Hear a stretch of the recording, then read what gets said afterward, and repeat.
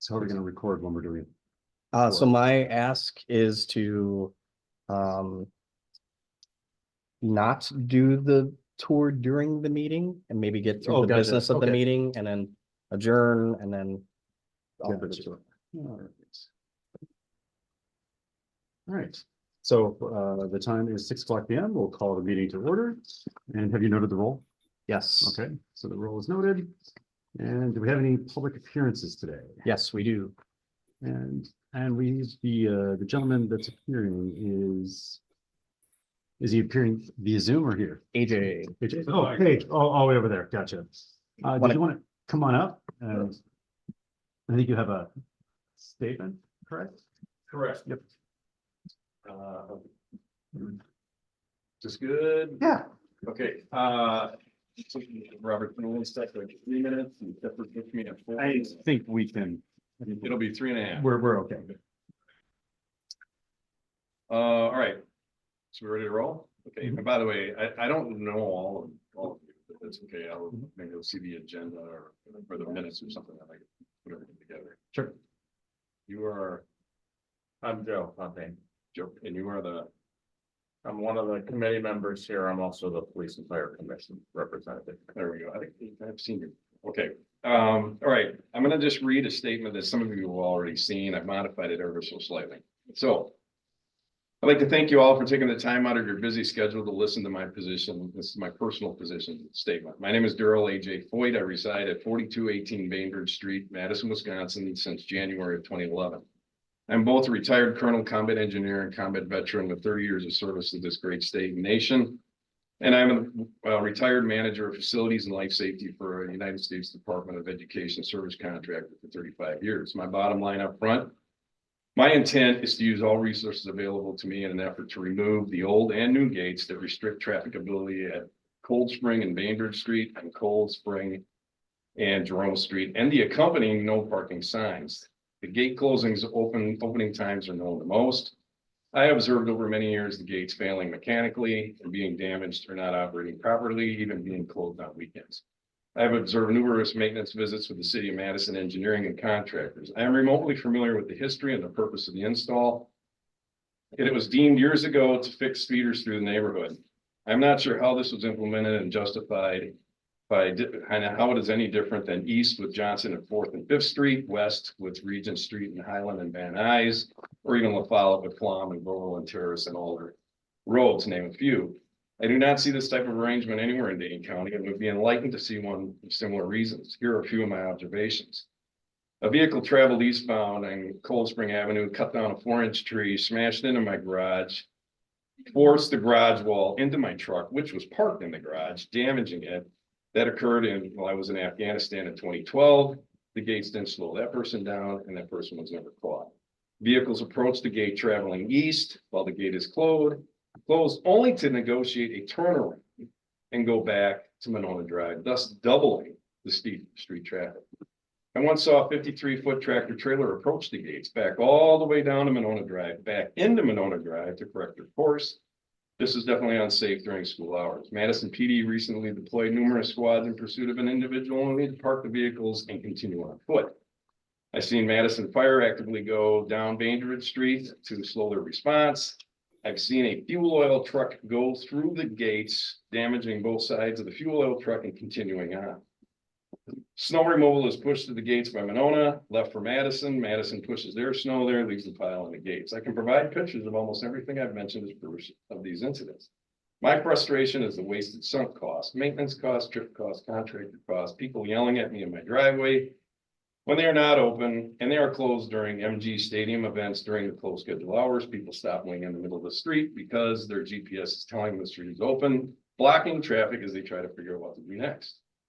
I also can't even park in my front of my own home. I believe the speed hump and the restricted width are more than appropriate to reduce speeds.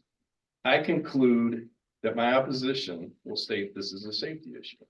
I understand safety. It was my title and I was a civilian for 30 some years. I believe that the reason that already more than enough safety protocols in place, as previously mentioned, that create safe trafficability when they're open. It is my belief that the gates were put in place with the momentum of a select few people. I do not find any of this very neighborly in a neighborhood that tells benefits. Thank you again for your time, and thank you all for serving in the city. Thanks for coming. And as you know, we don't have much control over the day. However, I did reach out to the Madison Alder to discuss it with her. So we're gonna get together next week and chat about it a little bit, but have you had any interaction with your Alder regarding? I have messages into my alder, Mhm. Dane County Supervisor Smith. Madison Fire is already looking into it. I'm on the docket for Monona Grove School Board, in 2 weeks. They're very interested in hearing what's going on. So I will speak to anyone that is interested in listening. Has the Madison Alder gotten back to you or? She has. Okay, Yep. And the only one that it hasn't is, Supervisor Smith. okay, So, and this is just the beginning. okay. I just started this probably a week or two ago, so. Yeah. All right, Thank you very much. Thanks for letting us know. thank you very much for your time. Okay. Nice You're meeting welcome. some of Thank y'all. you. Good to see you. And then with that, I'll introduce myself. I'm Alder Patrick Tequila. I'm happy to be here and would like to meet all of you. And if we could just take a second and go around and introduce ourselves because there's a new person on the committee as well. And Rachel, can we start with you? Hi, I'm Rachel Kugel. So not officially, but hoping to be. I have lived in Monona. I first moved to Monona in 2012. Lived in Cottage Grove for a little while and back to Monona in 2020. So, and I have married and I have 2 children, ages 4 and 7. Hi, I'm Connie Miley. My background was nursing, disaster, Red Cross coordinator for health services and that kind of thing. So been a nurse for a long time, lived in Monona since 1985. So hang around here. Very active. Larry Reed, resident of Monona. I was on the fire department here for 30 years. Was on the ambulance service for 12 years. For 29 years, I worked for Wisconsin Emergency Management, the state disaster response agency, and retired from there as a deputy administrator.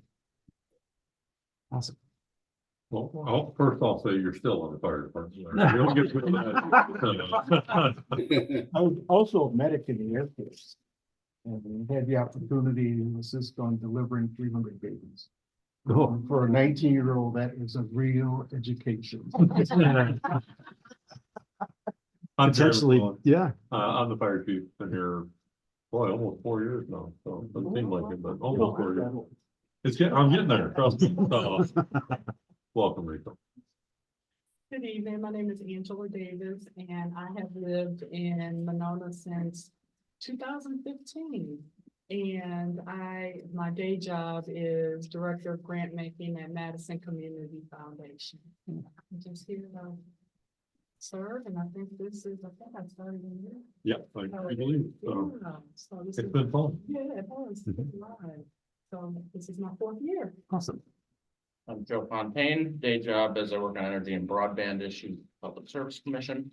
I've been in Monona since 2010. I've been on this committee most of that time. I've also been the Police and Fire Commission representative, the Hiring, Firing Discipline Committee for 5 or 6 years. Now long enough that I was on it when Jerry and Brian both got here. Gotcha. He's my boss. I mean, technically you all are, but yeah, he's one of my bosses. That's the chief and I bosses. Brian Cheney, it'll be my 3rd year in June already. Here is the police chief, and I staff this meeting along with my wonderful assistant, Chief McMullen, who reminds me to hit record. My one job, I'm good at it. We have Jim Bisbee as well. Okay. My name is Jim Bisbee. I'm going on 19 years as a realtor with Slendy Realty here in Monona. I spent 24 years as the vice president for the Monona Community Festival, the 4th of July Festival. And I've been on this committee, going on probably close to 10, 15 years now. Gotcha. Thank you. Thank you. And then I just realized that we didn't approve the minutes from the last meeting and I wasn't here. So can I get a motion to approve the minutes? Motion to approve. Second. And any discussion, any changes? Seeing none, all those in favor? Aye. All right. And new business, discussion and update from fire and police departments on equipment, budget, facility needs. Which one of you would like to start? Chief? Oh, sure. I mean, I can do that. So, quick updates, Alder, you got my update in the last city council packet. Budget wise, we're actually in good shape overall. We've been down 2 full-time staff since the beginning of the year, which will hopefully be coming to an end very rapidly here with the May 6th meeting. We do have 2 candidates to go to PSC, which is fantastic. Great. Our overtime budget is through the roof. But it's been compensated for because we have lower wages because we're down 2 people. So we're net even for all intents and purposes, which is good. That's been the goal, is to make sure we keep our staffing where we need it to have for minimum staffing requirements and not blow the budget up entirely. So from the wage line item standpoint, we're budget neutral through March 31st so far. Equipment wise, thanks to the council, they just approved and us to cut the check for the new engine that'll be here in November of next year that we ordered in October of last year. But in working with council, we prepaid it, saves us money, saves us $21,000, I think, in sunk costs by prepaying it ahead of time. We also have a new ambulance on order that was ordered the end of 22, I think. I know that's when we bought the chassis for it. It's slated for delivery January of next year to replace our current reserve ambulance, which is a 2012. The new brush truck is in service that we put in service and purchased last year. So equipment wise, we're actually doing pretty good. I mentioned it in our Facebook post, but the council and the mayor are very supportive with our equipment needs. Anything we need, we end up getting. We're a small community, so sometimes it takes a little while, but we do get what we need. So staffing, like I said, we just did a hiring process today. We did the candidate day today. Had 5 of the 6 folks show up for the process, which is good. And out of that, we've got 2 folks that will be pushing up to the PSC on May 6th for hiring for our 2 open spots. From the volunteer standpoint, we actually started a whole new process for volunteers at the beginning of the year to make sure people don't fall through the cracks, which happens. So we've moved to more of a cohort system, so we bring people on as a group. And the membership committee, of which Chief Miller is a member of, are tasked with either bringing on 3 or 6. There's not 4 or 7 or 5, it's either 3 or 6. So we either have 1 new person per platoon or 2, so we don't overwhelm our current folks with a whole bunch of new people. Of those 6, 5 of the 6 have come in and met with me already. They'll be coming May 7th for their first official day. And the current crop of volunteers over the last year, we've been very successful with new volunteers that have not only showed up, but continue to show up, which is fabulous. I think we're up to 37 volunteers right now with this new group coming on board. Chief, how many of them are from Monona? Very few. Very few. We've had some talks with the membership committee that this summer, we're going to do more of a focused effort. So for the fall cohort of people coming, to see if we can get more Monona folks to join up with this next group of people. Most of who are coming are not only outside of the city, but several of them are from quite a ways away. Which doesn't help us when they're not on the schedule, but they're very interested in being here on the schedule. So Are these largely folks that are interested in full-time positions at some point with For the fire most departments? part, yeah. Gotcha. So mostly newer folks, they come here because we're busy. They get good experience on both fire and EMS and can translate that into moving on to full-time positions. Other than that, I think that's about it. I can't think of anything further than that. So Yeah, I can, I'll have you talk about the public safety. Bill. and you can I'll weigh in. definitely and- will weigh in, but Before we go, does anyone have any questions for the chief regarding? Some comments. Mhm. When I started working for the fire department, you had to be a resident of Monona to be a member of the department. Mhm. And over time, society changed, economics changed, and we started taking volunteers from 10-mile radius. And now we've got a lot of paid staff. When I worked, I think there were 8 of us who were paid. And eventually that status got upgraded from being what was called a driver. Mhm. After being a firefighter with Fire 1 and Fire 2 through MATC. So. A lot has changed. Mhm. A lot has changed. And what do you think is one of the root causes of that? Is it just the way employment is and people aren't available during the day or? Yes, it's employment. More women in the workforce. Mhm. It's pretty much, they were stay-at-home moms at that time. Mhm. And, you know, now both my wife worked, our son and his wife worked, and almost every young couple we know, they both work. Mhm. And they just didn't have time. And the expectations of what a fire services can provide has really increased over the years. Considerably. The training, the equipment that people have now today, we couldn't even dream of it back then. So I think service-wise, you get better service in the community, but it's harder to produce or get the people you need to fill those slots. Gotcha. Yeah, I will say this last process we had for volunteers, we had 22 applicants. So we are getting applicants, just not a lot within the city itself. Gotcha. Generally speaking, if somebody applies and they live in the city, that's their fast track to get into the cohort. If somebody lives in the city, they rise to the top, whether they're trained or not, because we can train them, that's fine. There's just very few. Mhm. From within the city, Jack was probably the last one, Craig. We've had a couple. So we have a half a dozen or so, a lot of the new folks that do live in the city. Mhm. But overall numbers wise, it's from when Larry was on the department, it might have been 85% of the folks for Monona. Mhm. Nowadays, 85% of the folks aren't from Monona. It's just it may be something we're just not targeting the right pool of people. So we're gonna be working on that over the summer to try and adjust our programming to draw more people here from the city, so. Okay. Which you're welcome to fill out an application, Rachel. We would be happy to have. Which, but, and in all seriousness, if anybody from the PSC wants to do a ride along, reach out. We're more than happy to have people come ride along with our crews. Doesn't matter whether it's on the engine or the ambulance. I've got some very simple, safety stuff that I'll have you watch before we put you on the ambulance, for HIPAA and for bloodborne pathogens. But if anybody wants to come do a ride along, reach out. We're more than happy to have people come. We'd like people to come ride along. Offer goes to all the alders as well. You're more than welcome to come ride along. Okay. It's hit or miss. You might get 6 hours of boredom or you might get 6 hours of constant calls. So, Sure. but all of you are more than welcome to come ride along, including you, Larry. You did a lot of riding in 30 years already, A lot of driving. but. All right. Chief? Thank you.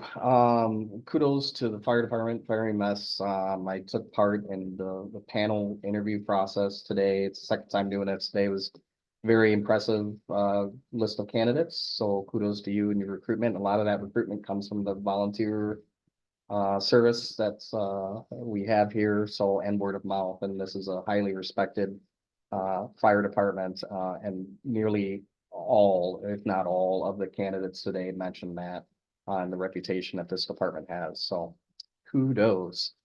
I didn't get a chance to tell them that, so here I am. Okay, so staffing. We are at full staffing. We have been for some time. Full staffing doesn't necessarily mean completely adequate staffing. As many of you know, certainly the Alder does, on those of you who've attended council, who might be listening, I have asked for additional staff in the future operating referendum that'll be coming before the residents in Monona. Adequate in that, those of you know this, but I'm saying this because members of the public hopefully will be watching. Our current patrol staffing model allows us only the ability to have a minimum of 2 officers working on the road at a time. And that is minimum and not necessarily maximum, but 90% of the time we're operating with 2 officers at a time. And so go ahead. Cottage Grove, similar size, a little bit larger than us at this point. Is it similar for them? Do you know? Yeah, they have similar staffing than Okay. us, and we go to significantly more calls. And especially non-self-generated calls, so that's. Unfortunately, we don't have the luxury, and this is not a knock to the wonderful village in which I live. Mhm. But we don't have the absolute luxury of just doing traffic all day because we're call driven based on, you know, the 911 calls for the Beltline, Walmart, Tellurian. The fraud complaint from your neighbor, et cetera. So the officers spend a lot of their time just simply responding to calls and doing the follow-up from those calls, the report requirements, et cetera. The property, when you take somebody to the jail can't take a lot of their property. We have to do the safekeeping. So Cottage Grove has, and they're getting more resources because they're a growing community. Mhm. So they have the luxury to add to their cadre without having to go necessarily to referendum. We don't, right? So they are discussing that. The council in Cottage Grove is discussing that. It's my understanding, based on what I've been following, that they are adding to their staff. They're pretty sure that that's the case. I'm sure somebody will correct me if I'm not accurate there. So the challenges that we have is we can have the worst case scenario happen. And one of the similar cases is a shooting and attempted homicide that happened late last year. Worst case scenario when you deal with the loss of human life or potential loss of human life. But that's a tremendous amount of police resources that it takes to not only hold the scene, process the scene, but investigate and do all the follow-up. Maybe you wouldn't be surprised. The next day, the number one complaint I get isn't necessarily how that attempted homicide is case is doing, or, oh my gosh, what happened is we have speeders down my street, chief. Right? And I completely appreciate the fact that we have some challenges with driving behavior in our community. What I'm getting at is that I don't have, in my opinion, the adequate resources to address the variety of traffic complaints that we have in town and the complexity of the traffic complaints that we have in town. So what I'm asking for and what I've asked the mayor and council to consider in terms of the operating referendum is an additional police officer that's dedicated to, well, partially dedicated to traffic enforcement, so that they problem solve, that they can respond to the resident, that they can sit in driveways, that they can sort of come up with discrete ways of doing effective traffic enforcement. And when I say discrete, sometimes it's challenging to take a fully marked police car and be effective in doing traffic enforcement in this community. I can donate a Fiat. You can, yeah, as long as it's supercharged. I've got a whole squad out there. Yeah, yeah. So Chief, yeah, quick follow-up on that. Going back a couple of years, I remember data being given to this committee that said that our staffing levels are pretty comparable on a per population basis to the other suburbs, but they're way out of whack on a per call basis because our call volume is so high. Have there been, correct. have you run recent numbers on Correct, that? yeah, Is it still the case? Yes, and that remains the case, if not progressing to be worse. And it's not only the amount of calls we go to, it's the complexity and type of calls we go to. So one sort of mental health evaluation / return from Tellurian is wiping out your police department shift until I can order officers to come in early to help cover the street, or else the village of McFarland, Dane County sheriff or God bless them, the state patrol is going to be serving your community and providing police resources, and no, they're not going to be camped out here. It's a waiting on a mutual aid request for them to come in to service a Beltline crash or to come in for a 911 call in our city, because we are otherwise engaged in a priority call elsewhere. So it's not only the volume of calls, which we're, everybody says, well, you're constantly at Walmart. We are busy at Walmart, but I don't want people to think that Walmart's the only place we go to calls. Your neighbor called, not your neighbor, but your neighbor, because in case they're watching, but all of your neighbors call, right? Because crime happens and they might be victims of crime, and a crime that occurs outside of Monona, but we're the first call they get, and we research that with them and then sort of delicately refer them over to the appropriate agency. But that's still some time in which the officers have to investigate to determine which agency is responsible. But the amount of crashes, so we have one of the straightest stretches of the Beltline Highway in our jurisdiction, and the volume of crashes that we have on that straight stretch of Beltline is absolutely ridiculous. And a lot of it's attributed to speed, but inattentive driving. Most of the crashes that we experience and that fire goes to, the injury-related crashes, are sideswipe crashes where people aren't looking in their blind spots or they're not paying attention, or rear enders. And as you can imagine, during rush hour, that happens quite a bit. Or when people are just trying to merge over and they didn't pay attention and they clip the person in front of them. But also, you all know this, at the right time of year, that sun sets just about right. So where it's blinding to you. And so we have some, straight line sight issues as well. Even though it's the straightest part of the Beltline, we have some of the highest volume of crashes. And it's very challenging to enforce your way out of that, to put enough cops to address that. And so I know the state patrol has been actively this month providing extra patrols to combat some of the flex lane violations that some of us predicted was going to happen when they established the flex lane. There's traffic engineers who are much smarter than I, who established what that should look like and how it should function. Some of us as cops and the lay people that are out there say, just keep it open. But I digress. So we would love additional resources to help address some of our traffic and problem solving issues that we have. There's also an opportunity for that person to be involved in crime prevention as well. So not only will they do traffic, they can be a liaison for what's called the Madison Area Loss Prevention Association, which we host here in Monona. We host the regular meetings here in Monona. Because we happen to have one of the largest retail establishments, it's important for us to stay connected with all of the retail crimes that are occurring in the region.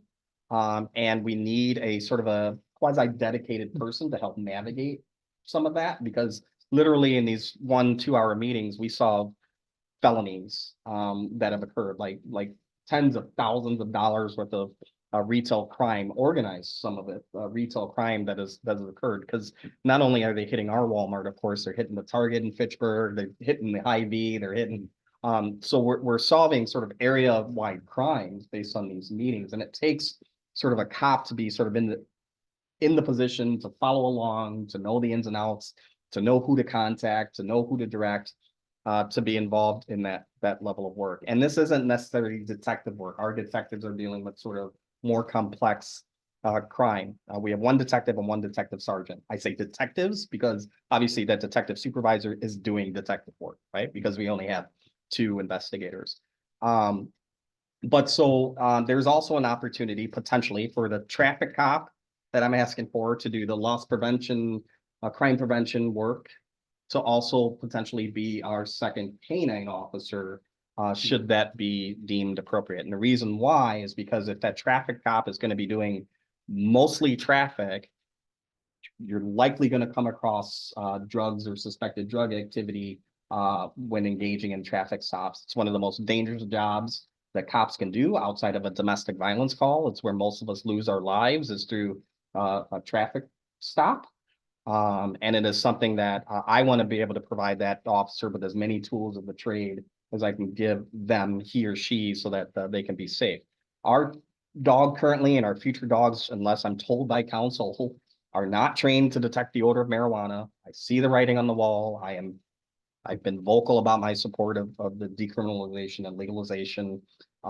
Having, I'm an Illinois boy and my parents benefit from medicinal use, but I know that is probably likely where this state is going to go.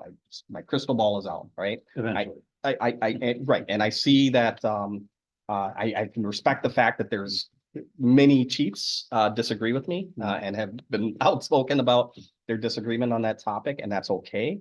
But our dog is not trained to smell marijuana, right? To detect marijuana. Our future dog is not going to be trained to detect marijuana. So when I'm talking about the dog and a patrol dog, it's for protection. He'll be like probably Jackal number 2, right? You've all heard stories about the effectiveness of that dog, who's literally saved lives thanks to that dog. But also the illegal drug detection. We recently had a case, I'm sure you're aware of, McFarland officer nearly dying. Fortunately, he's doing okay due to a fentanyl exposure from a traffic or from a work-related contact, right? So dangerous stuff that's out there, in which, we're experiencing. Fortunately, the chief has trained us and our medical director has authorized us to all possess Narcan so we can save our partners and ourselves, right? But also the dog. So our canine handler has Narcan for the dog, right? Because the dog is doing what? Sniffing and detecting odor for dangerous drugs, to include fentanyl. So we want that potential for that traffic cop to be paired up also with a dog. That's not set in stone yet, but I wanted to talk to you all about that potential capability there. All right. Any questions on that? We'll move on here. A supervisor.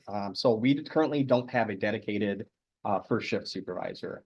You're looking at him, Lieutenant Weagle's on here, Assistant Chief Duman, if she's available. If we are not in a meeting or otherwise meeting with, you wonderful folks, or, meeting with the wonderful council members, and if we're physically present in the building, we can assist.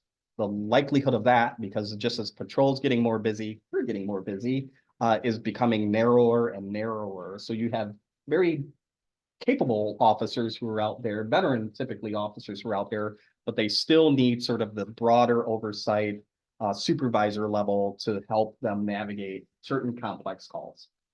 And they also offer mentoring abilities, as well, and oversight, right? Every other shift has that resource, but your day shift. That's because we don't have the staffing and patrol. So I've asked the council to consider, and hopefully you all, when you explore and evaluate the referendum, adding that traffic cop, loss prevention cop, crime prevention cop, potential canine, and adding a patrol supervisor for the first shift. Right? I could probably have asked for 10 more cops. I work for a small community. We don't have unlimited resources. We will manage what we're able to and continue to be creative with what you give us. I think these 2 additional resources will help, at least until I retire. Okay. And hopefully beyond, a little bit beyond. So we hired and trained, and she's off training now, a full-time dispatcher, if you recall, based on our vacancy. She's working out wonderfully well. She introduced herself at a council meeting in the past. She's she's actually fluent in Russian. I'm waiting on her to get that call so that she can put that language ability in use. But she's doing well. So we have no vacancies, right? Not to say we don't have any needs. We don't have any current vacancies. Let's see, legal blood draws. Lieutenant Weagle has helped us order and acquire legal blood draw kits for our officers so that we always don't have to rely on the kits that are kept and supplied at the emergency rooms. The state recently passed legislation signed by the governor that allows police officers, once they receive training from the DOJ, to act as, in essence, field phlebotomists. I can't say that word.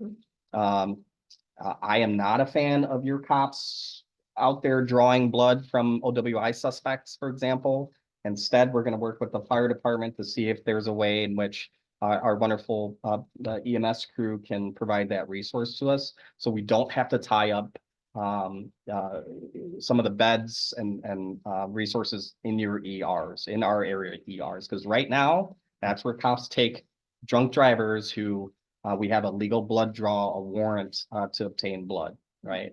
We tie up an ER bed, right? And let me tell you, we are not necessarily the priority on Nurse Smiley. We are not necessarily the priority on their list. So again, that's more time your cops are off the streets because we're having the process. So we're hoping to, and thanks to Jerry in advance for helping us potentially navigate that. Things that I need. I love this conversation. Okay. We are still waiting on our wonderful F-150. Some of you remember 1 or 2 or more conversations about that. That has been ordered. Now we're waiting on confirmation that it's being built. So, that's not so little. Oh, well. I mean, we're big in bad Monona, so no, no, yeah. Got the steer horns on it. Yeah, no, it matches our Stetson hats. I Yeah, was wondering if it had a hat. no, this is a patrol car. So instead of getting an Explorer, we asked for the F-150 for its utilitarian reasons of having a bed and things we need to throw in the bed, like bikes and things like that, that we can't easily do with our Explorer. So that's in the process of being built. Hopefully, the good news is that we ordered a squad, have it here. It's being outfitted right now. And that is the backup canine car that I talked to you folks about during sort of budget season that was approved by council.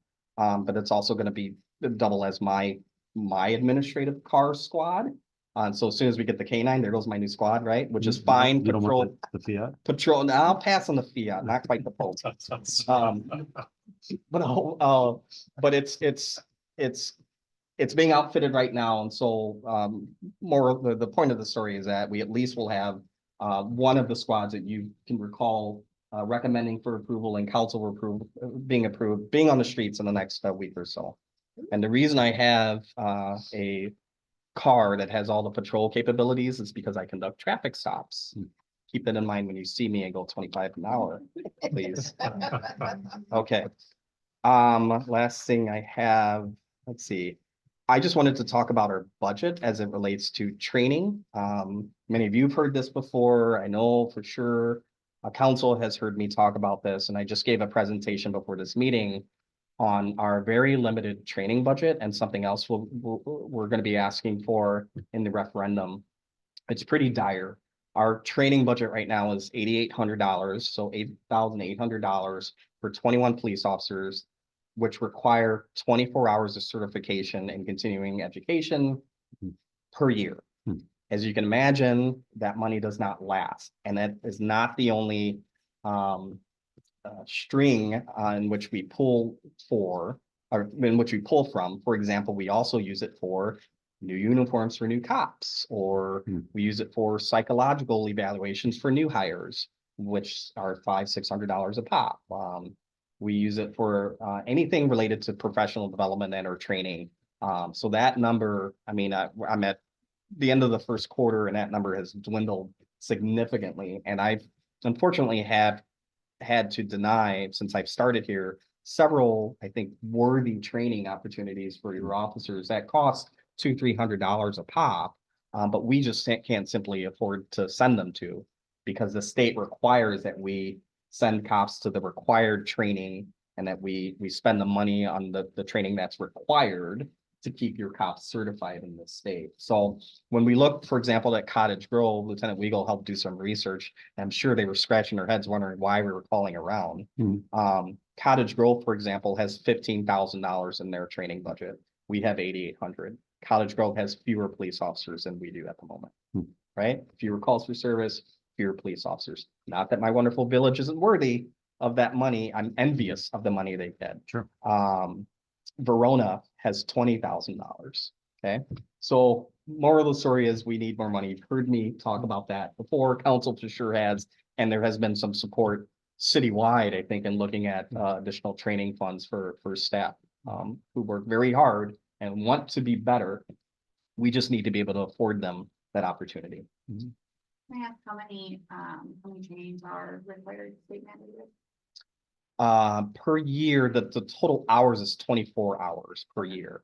And so that's on a variety of topics. So firearms training, this year we have to do our biannual certification in emergency vehicle operations. So the state requires us every 2 years to get 8 hours of training where we're actually driving cars. It costs money to rent the track to drive cars. It costs money to send police officers to that training if on an off day, to overtime, et cetera, to drive those cars. And it's important training, but equally as important, as I've said to council and you all, that doesn't leave me much for sort of diversity and inclusion training or de-escalation training. Things are all important, and we try to find any free opportunities to get that training. there are fewer and fewer free things out there. Even trainings that we're finding that some of our fellow counter agents or counterpart agencies are offering, such as the Madison Police Department or Sheriff's Office. Many of those come at a cost too. And again, you know, I know that, you know, $200 is a lot to some, but in terms of a police department and our overall budget and our needs, it's challenging for me unless it fits a requirement for me to authorize something that's $200-300 when I need to send somebody to get, you know, certified or to be recertified so that they can keep their job. So we're asking for more resources, and that's been acknowledged, I think, by the mayor and council, and I hope to continue to share that messaging just in terms of the referendum and sort of the yay or nay consequences, because we will be in a very lack of a better term, and I'm not a doomsday person, but you know, you might get this from me from time to time, very dire circumstances if our operating budget does not increase. So that's just reality. And I guess I should take a second to talk about why the budget is the way it is. It's because the state legislature has put caps on municipal budgets where if we're not building things, if we don't have net new construction in our community, our tax levy does not increase. So if we're not building apartment buildings, if we're not building office buildings, if we're not doing this, then like, for instance, this year, our budget, I think we lost 0.05% because we scraped some things that are going to be built this year. But by the time the assessment came around, the value of those properties dropped because there's no longer any improvements on them. So we actually lost some revenue this year. And because we're landlocked, because we don't have any greenfields to develop, it really limits us in what we can and can't do. And that's why we're talking about this referendum and why this referendum is important to Monona. It's important to city staff. It's important to services, to preserve services. So. Yeah, one of the things that I think we enjoy so much, I lived in the Madison-Dane County area since I moved up there after college, is this area, right? And but you all live here and you can appreciate the value of living, I guess, so close to our big brother, right? There comes with many advantages to that, but we are landlocked, as Alder DePula said. And so there's wonderful advantages, but there's some challenges, particularly as it relates to your public safety team, because we have the call volume and the types of calls that some of our partner at cities don't have. Like Verona is removed from it. Cottage Grove is removed from it. McFarland is removed from it. We are literally surrounded by the second largest city in the state, with all of its opportunities, but also its challenges as well. That includes some of the violence that we've been seeing in adjacent neighborhoods, shootings, stabbings, etc., that may not make the news. I know about, the chief knows about. It's up to that agency to sort of either report out on it or the reporting entities to report on it. That's why you see so many press releases from me, just because it's important that you all know that we're not, we want to do more enforcement, traffic enforcement. We want to do more proactive work.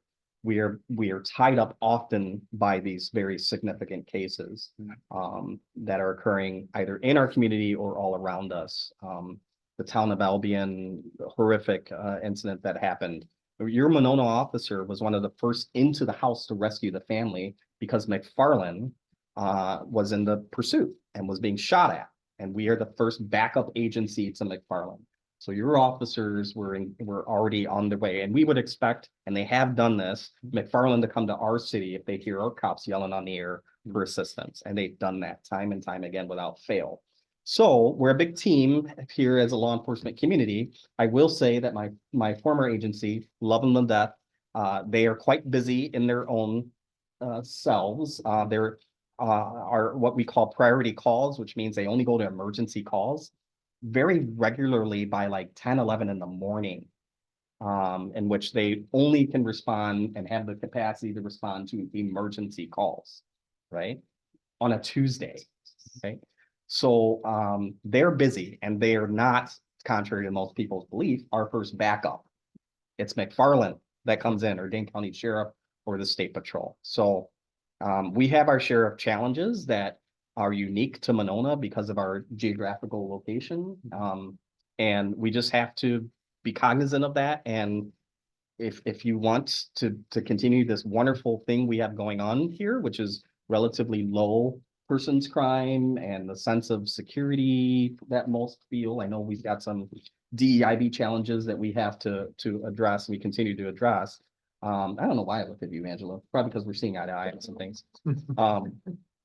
Is that we have to invest in our public safety. And that's just my, I'll continue to say it probably a little bit more softly come budget season, but we have to continue to invest in public safety so that we can continue to feel safe here in Monona. And this is not me trying to be scary, but there's some scary stuff happening around us. We had a shooting here, an attempted homicide of a 17-year-old happening in our community, not related to our community, but because of our proximity to our big brother. It's just the reality in which we live.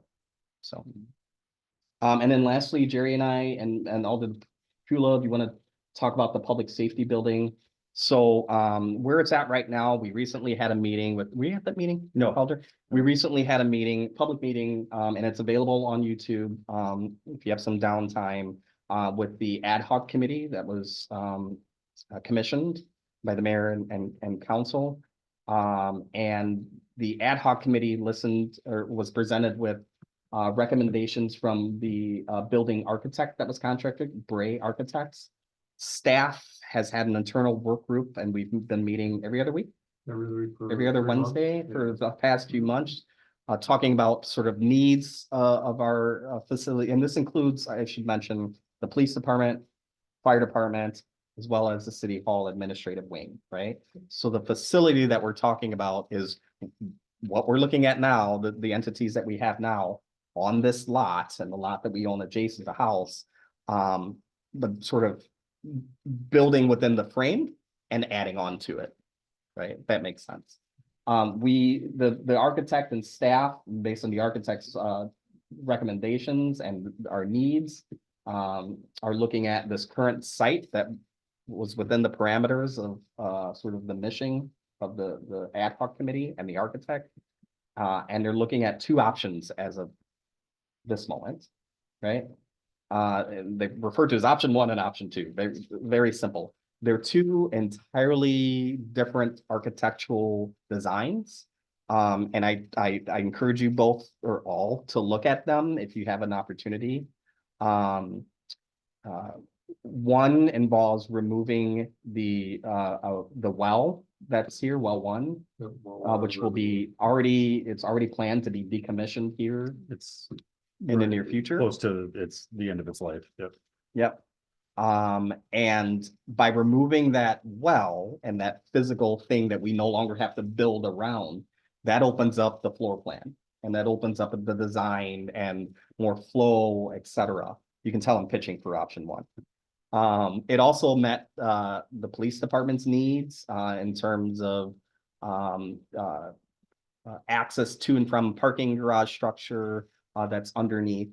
Similar to now, we have garage bays or we have sally ports in essence that we have to double stack our squads. On a tour, you'll be able to see that later. It's very fun.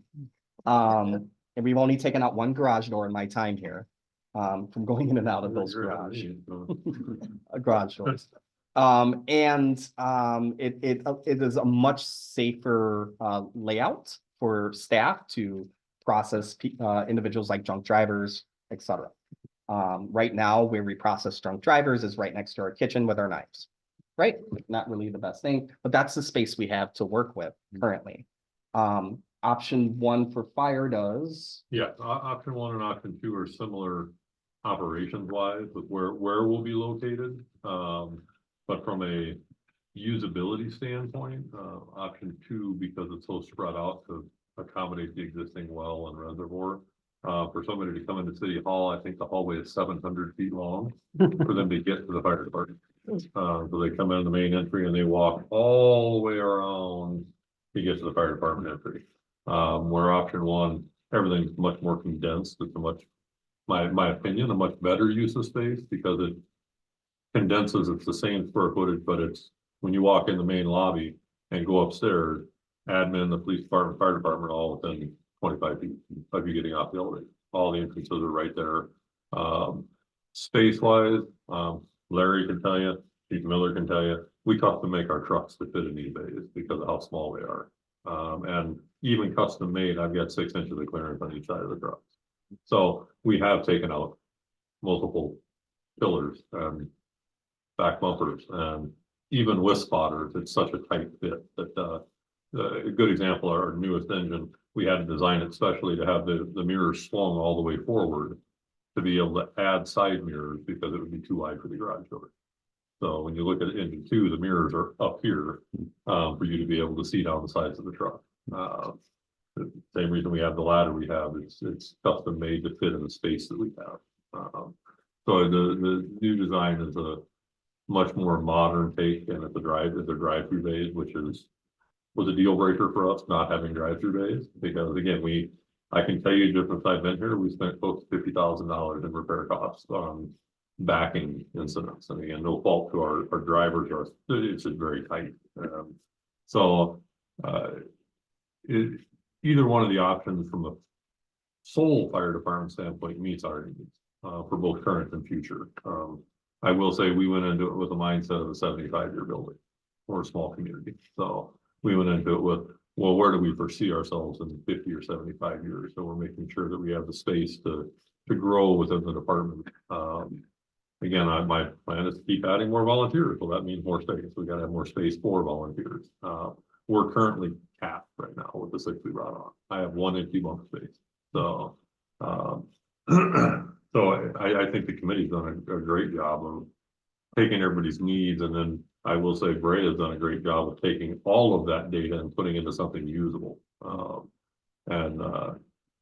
Not that I'm shilling for option 1, but I'm shilling for option 1. That's between myself and Chief Eckloff, who is the lead on that committee. I just sit in and listen and contribute when needed. He is followed in the option 1 category simply because the well needs to be moved anyway. So why not move it now and build the building properly rather than this giant spread out building that in 4 years when you move the well, now you have this giant spread out building with this open space in the middle of it that didn't need to be there. So, and I will speak remotely of admin. They're also happy with the option 1. Everybody at the table is on board with that option. Yeah, I will just speak on option 2 briefly and say that it will address our needs in terms of flow, in terms of accessibility. That's where I have strong reservations about, and our sort of presentation to the city. Option 1, you walk in one set of doors, you go up 1 flight of stairs, you have the whole city, right? If you walk in one set of doors, it leads you to a future common council chamber.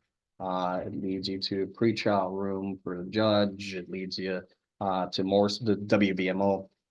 You walk up the stairs and you get city like you do now. You get city hall, you get the fire department, and you get the police department, all within sort of the same general area. Option 2, based on the design limitations around that well, like the chief mentioned, you're walking down long hallways to get to one location to another location. There's got to be a lot of wayfinding and probably some sort of level escalators format like you see in the airport to get from one place to another. So as staff, like as the chief mentioned, we were very much in support of option 1. I think that if you look at the sort of the layout at some point, I think it might be on the website, but certainly is in the presentation. I think you'll find that option 1's more aesthetically pleasing too. It's sort of looks more natural than 3 separate buildings that are joined together like option 2 presents. So it's not just about the aesthetics, but the functionality as well. Yeah, option 1 does follow the contours of the site much nicer, architecturally speaking. So it doesn't look, you're not getting a giant pole barn sitting up on top of the hill that looks for a fire station. They take advantage of the topography to blend it into the site. So when you look at it, it's not this giant mass of a building. And I will say one of the real nice benefits of option 1 is the sheer roof space for like solar and that sort of thing. It is all one level at the roof level and More parking. yeah, and much more parking. The parking is also off the street, so you're not backing into traffic, which is another big plus. So And that's it. Right, I've got a question about the building. Will it have a multi-purpose use room?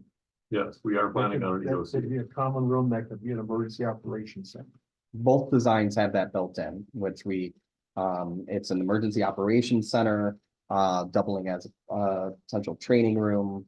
Right. And whatever other space needs there are when an EOC is not needed. So Yes, those, we did build that in from the very beginning, so, and it's a sizable room. I mean, the training room will accommodate with what we added. 200 some people, seated people, so again, if police has an event going on and we have an event going on, it can be split, so we can have two trainings going on. But from EOC standpoint, the same thing can occur, you can have breakout rooms with your main EOC still there, so you have rooms where you can have the smaller group meetings, which are really important on a big event, so. and little old Monona, we, as I mentioned before, we host some things here, and some of it's just because of the police and fire department and chiefs probably that you have, but geographically, it makes sense for us to host a lot of sort of public safety events here to include various law enforcement initiatives that the county actually is responsible for, but they've asked us to host it. We've had some, federal investigations in which we've utilized our very, very small conference room that we typically meet in to host those events. And as you can imagine, there's not a lot of room left once every seat at the table is taken. So it makes sense for us to have an EOC. We have major events here in town. There's a need for it. And I think if you build any modern city hall, police department, fire or fire station, I think you'd be a little foolish not to include an emergency operations center of some capacity. Yeah. All right. Any other questions? And so reports were, 7 updates and discussion on diversity, equity, and inclusionary initiatives and efforts. I figured we'll take it out of order because we could do the tour last and then we can finish the official part of the meeting, right? Yes, sir. It's my recommendation. So, is there any updates from the committee or from either chief regarding diversity, equity, inclusion initiatives and efforts?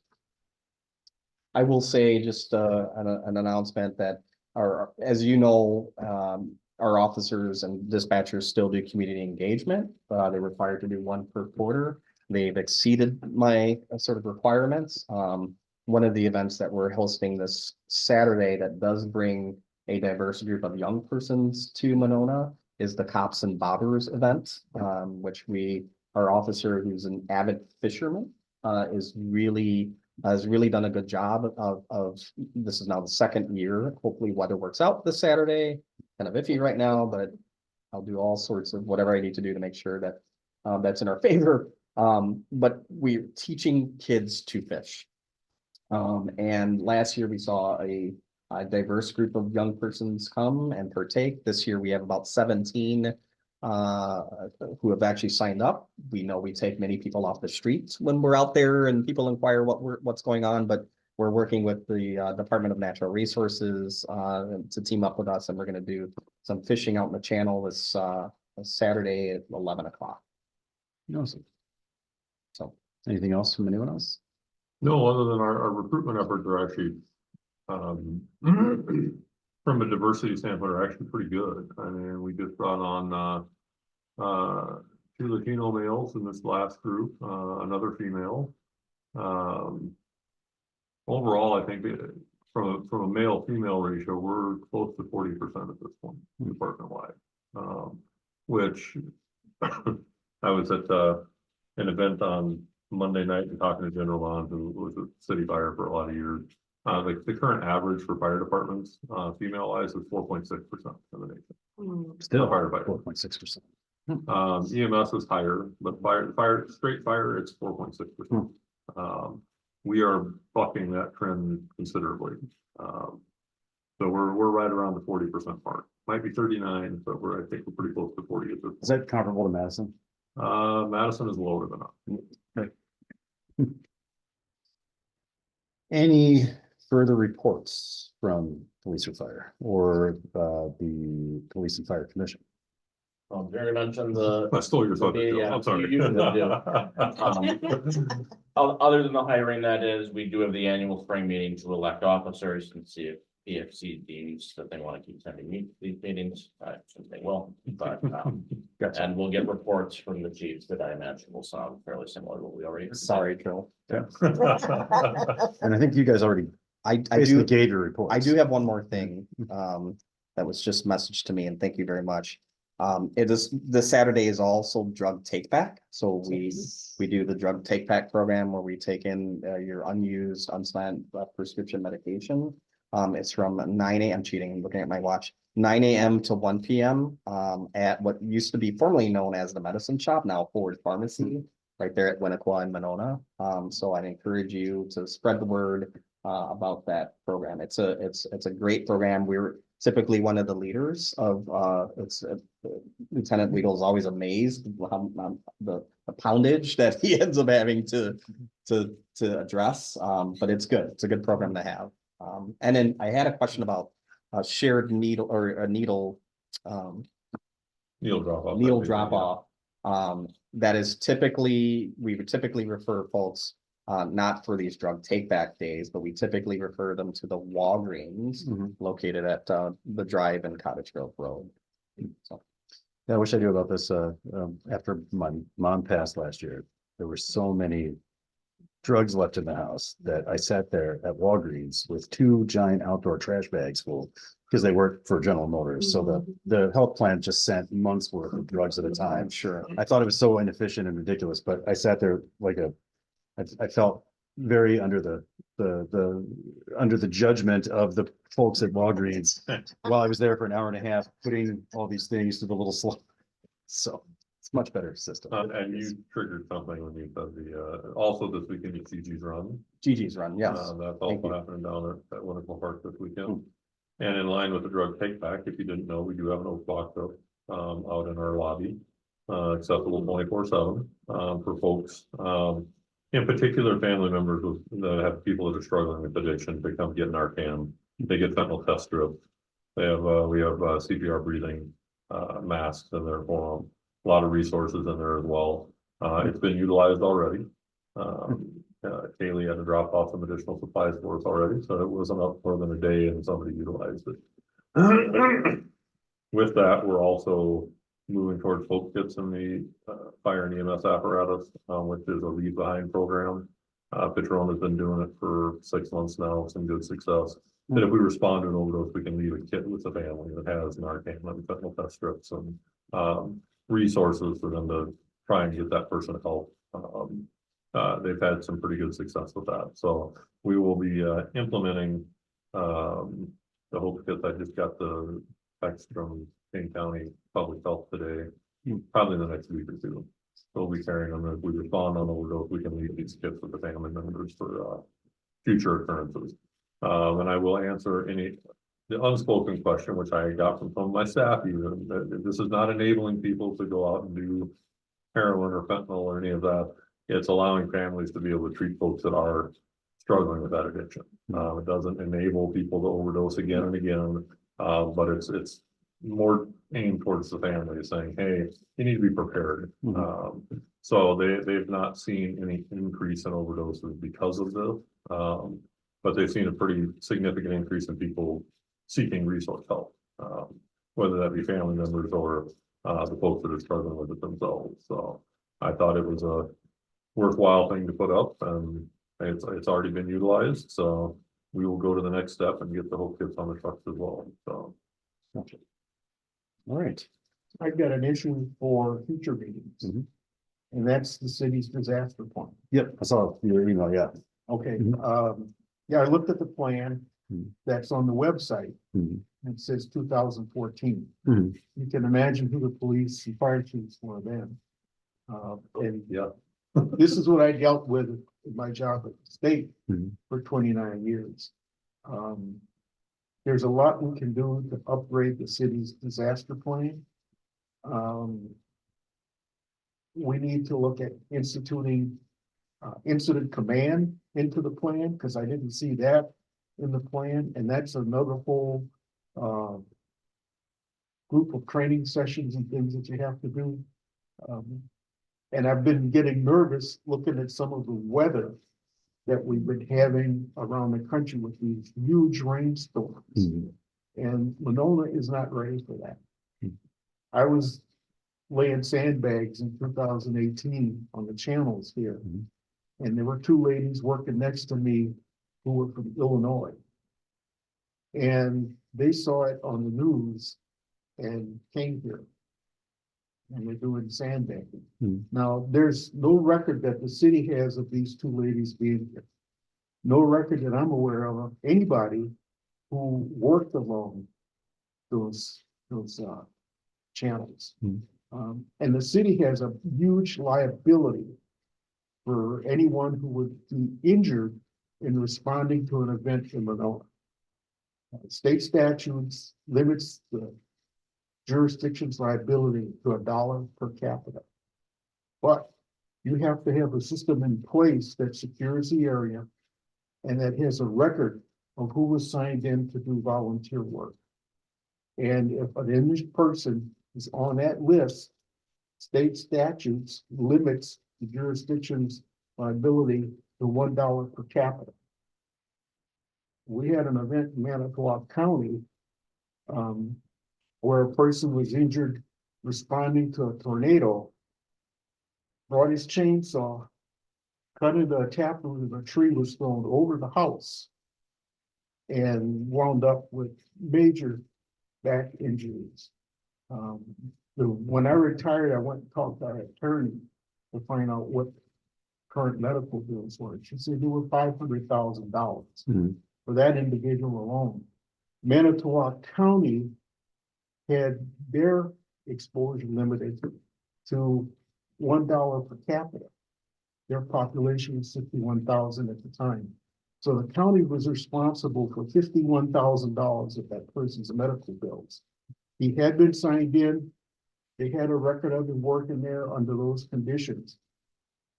There was nothing like that in 2018.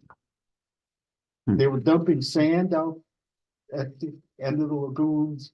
There were kids building sandbags and Oh, yeah. dump trucks My and backing up. Scout troop, we had our kids out there doing. it. Yeah, Yep. you know, my wife was an ER nurse at Merritt, and we often went to disaster planning meetings together.